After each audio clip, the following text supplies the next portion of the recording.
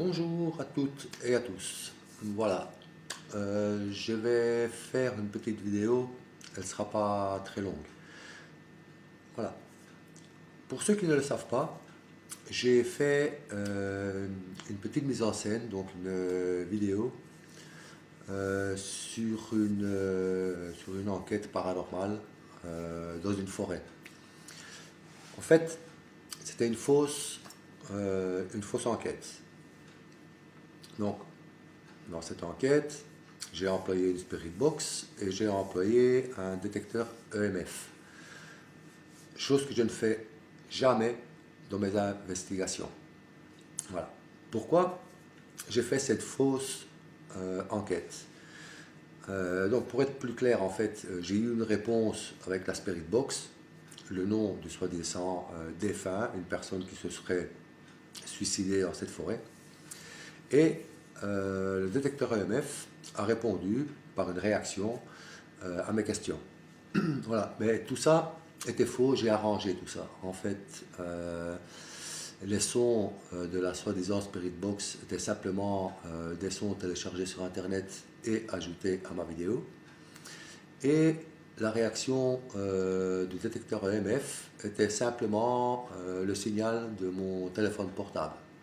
Voilà. Et j'ai décidé donc de mettre cette vidéo en ligne sur YouTube parce que je voulais voir et lire les réactions des gens. Alors, j'ai eu que des bonnes réactions, donc bonne enquête, etc. La personne suicidée, décédée, a fait de la peine aux personnes qui ont suivi l'enquête, etc. Le lendemain, j'ai tout de suite prévenu que cette enquête était fausse. Pourquoi?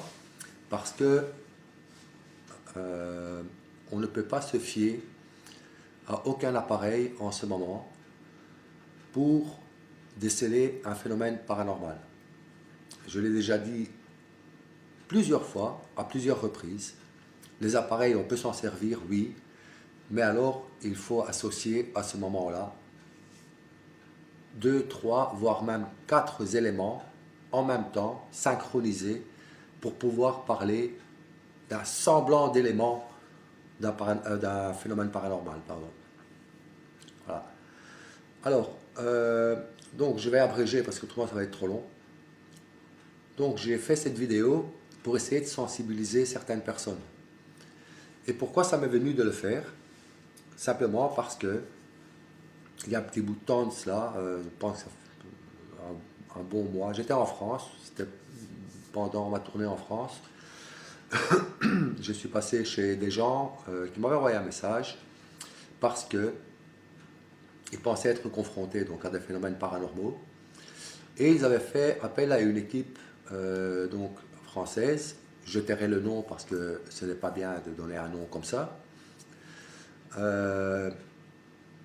Et que ces personnes-là, d'après les résultats d'une réaction de leur K2, ont confirmé à ces personnes que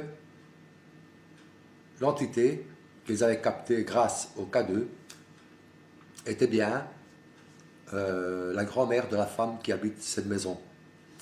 Déjà, il faut savoir que c'est cette femme même qui avait raconté donc, à ces chasseurs de fantômes que sa mamie était décédée dans cette maison, etc., etc. Voilà. Alors, ces chasseurs de fantômes ont pris 100 euros chez ces gens-là. Voilà. Soit, ils ont, ils ont décelé une entité grâce à leur K2 qui avait réagi. Voilà. Je suis passé chez ces gens-là et donc ils m'ont raconté l'histoire, ils m'ont montré l'endroit exact où ce K2 avait réagi, etc. Et moi j'avais avec moi, je n'avais pas de K2 parce qu'il était dans la boîte, parce qu'on devait faire justement une démonstration dans une soirée, mais j'avais un détecteur EMF. Et c'est vrai que dans cette pièce, où ces chasseurs de fantômes ont décelé cette entité, le détecteur EMF a réagi. il a réagi. Ça m'a étonné un moment, mais j'ai automatiquement dit donc au gars de couper les compteurs électriques, donc le général, donc plus d'électricité dans la maison. Bien sûr, vous vous en doutez, le détecteur EMF est resté silencieux, il n'a plus bougé. Voilà. Donc, ce qui n'avait pas été fait lors de l'investigation de ces chasseurs de fantômes, je dois le souligner. Voilà.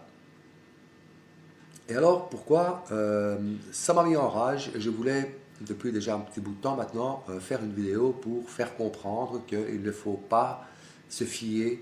Je parle surtout pour les enquêteurs qui vont chez les particuliers. Il faut arrêter avec ce K2, avec la Spirit Box, etc. Chez les particuliers, surtout chez les particuliers, pour faire ce genre d'enquête. Ce ne sont pas des appareils fiables pour mener une investigation. Et je ne pense pas que parmi nous tous, il y ait quelqu'un qui a la compétence de pouvoir dire à une personne, oui ou non, il y a une entité chez vous.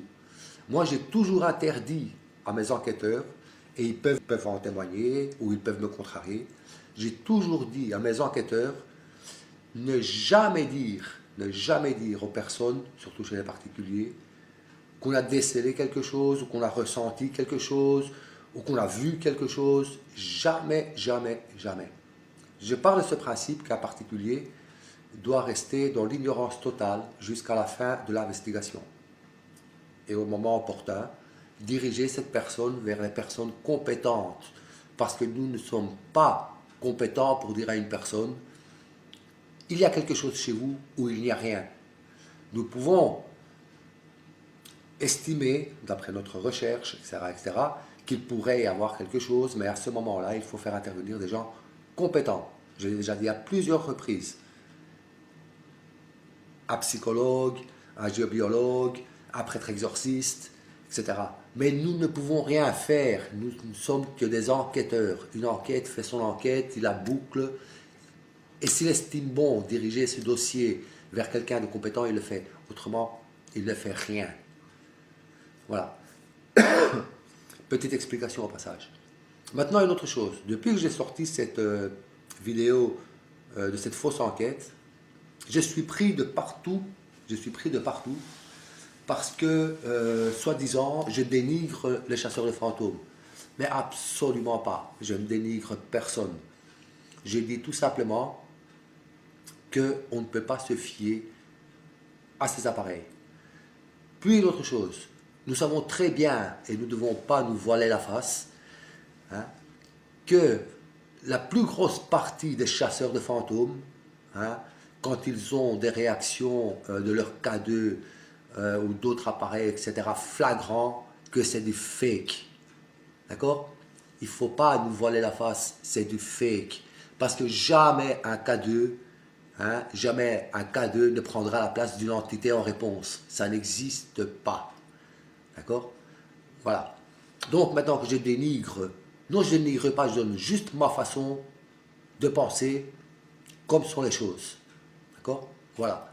Vous savez la personne qui met un K2 et un nounours sur un lit là, et que tout fonctionne, tiens, il y a des il y a des réactions, mais vous vous foutez de qui là?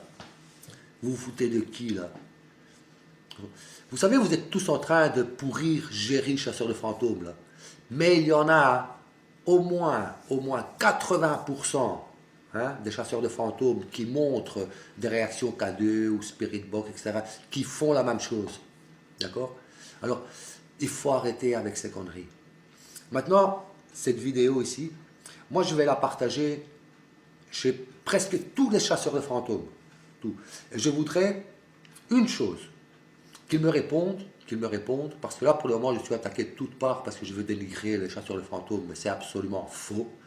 Parce qu'il y a des chasseurs de fantômes qui emploient ce matériel, mais qui eux-mêmes m'ont déjà dit à plusieurs reprises qu'il faut associer plusieurs éléments pour en faire qu'un seul qui peut-être pourrait être un petit élément d'un phénomène paranormal.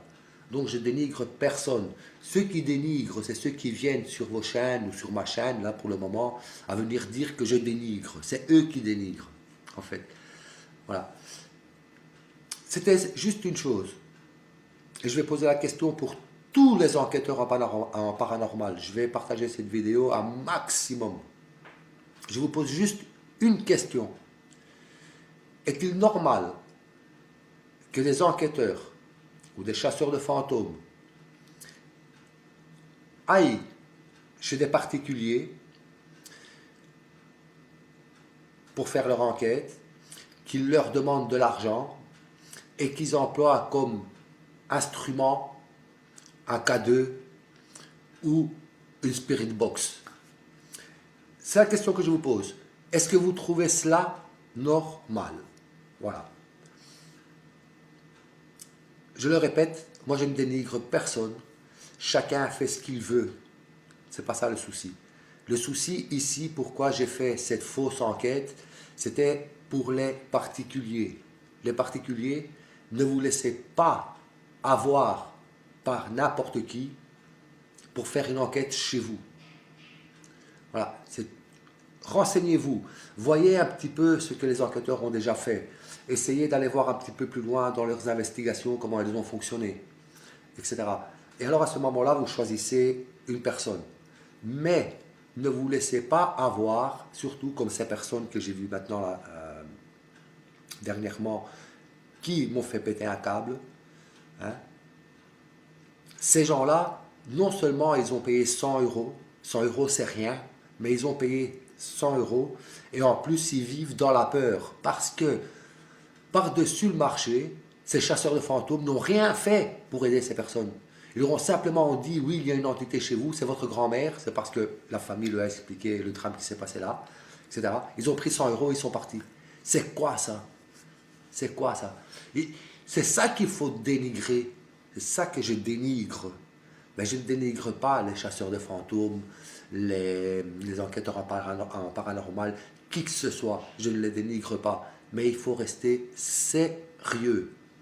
Vous savez, vous êtes fan de l'un ou fan de l'autre, c'est parce qu'il y a eu un mot avec l'un et avec l'autre que vous voulez faire chier sur une chaîne YouTube ou l'autre là.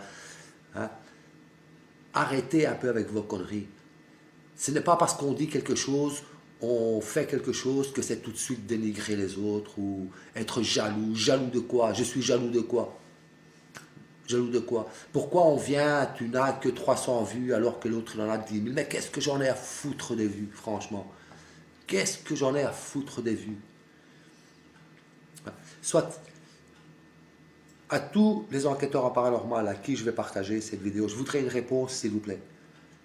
Est-ce que ça vous semble normal que n'importe qui aille chez des particuliers avec un K2 et une spirit box et voilà, pour faire une enquête chez des particuliers? C'est ma question. Répondez-moi comme vous voulez, s'il vous plaît. C'est juste ça que je veux savoir. Trouvez-vous ça normal qu'on va parler chez les particuliers avec un K2 dans la main? Voilà. Merci beaucoup. Vous pouvez être franc dans vos réponses. Vous pouvez être franc. D'ailleurs, je vous demande d'être franc. Parce que la franchise, c'est la meilleure des choses. Voilà. Merci à tous.